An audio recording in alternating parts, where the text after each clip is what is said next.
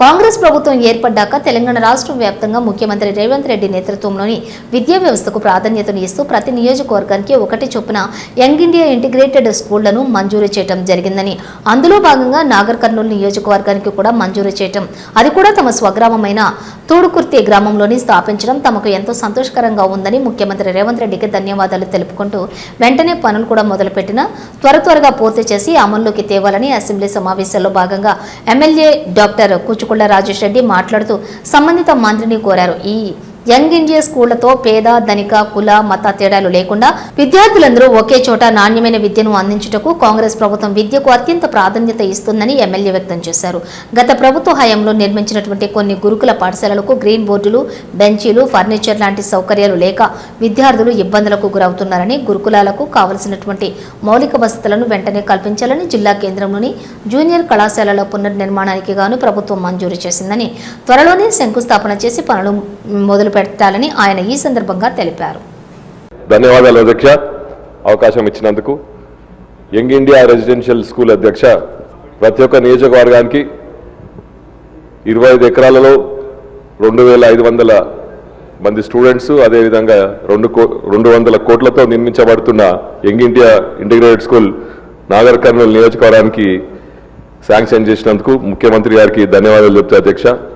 మంచి ఆలోచన అధ్యక్ష.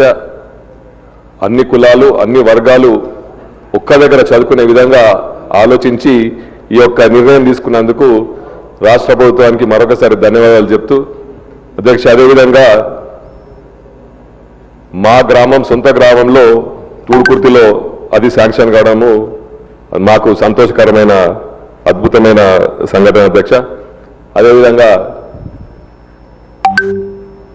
50 సంవత్సరాల క్రితం కట్టిన జూనియర్ కాలేజ్ కూడా మా నాగర్కర్నూలు నియోజకవర్గం పట్టణంలో శాంక్షన్ చేసినందుకు మంత్రి గారు కూడా, డిపార్ట్మెంట్ కూడా ధన్యవాదాలు తెలుపుతూ అధ్యక్ష.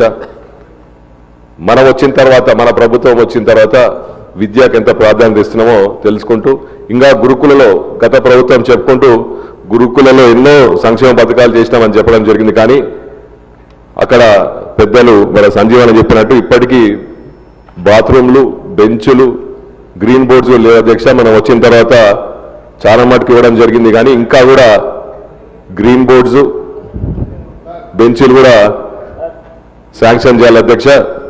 అదేవిధంగా ఇంటిగ్రేటెడ్ స్కూల్కు దాని డిజైన్లు, డిపిఆర్ అన్నీ వేసినాం, అయిపోయింది అధ్యక్ష. ఇంటిగ్రేటెడ్ స్కూల్ డిజైన్ కూడా చూడడం జరిగింది, చాలా అద్భుతంగా ఉంది అధ్యక్ష.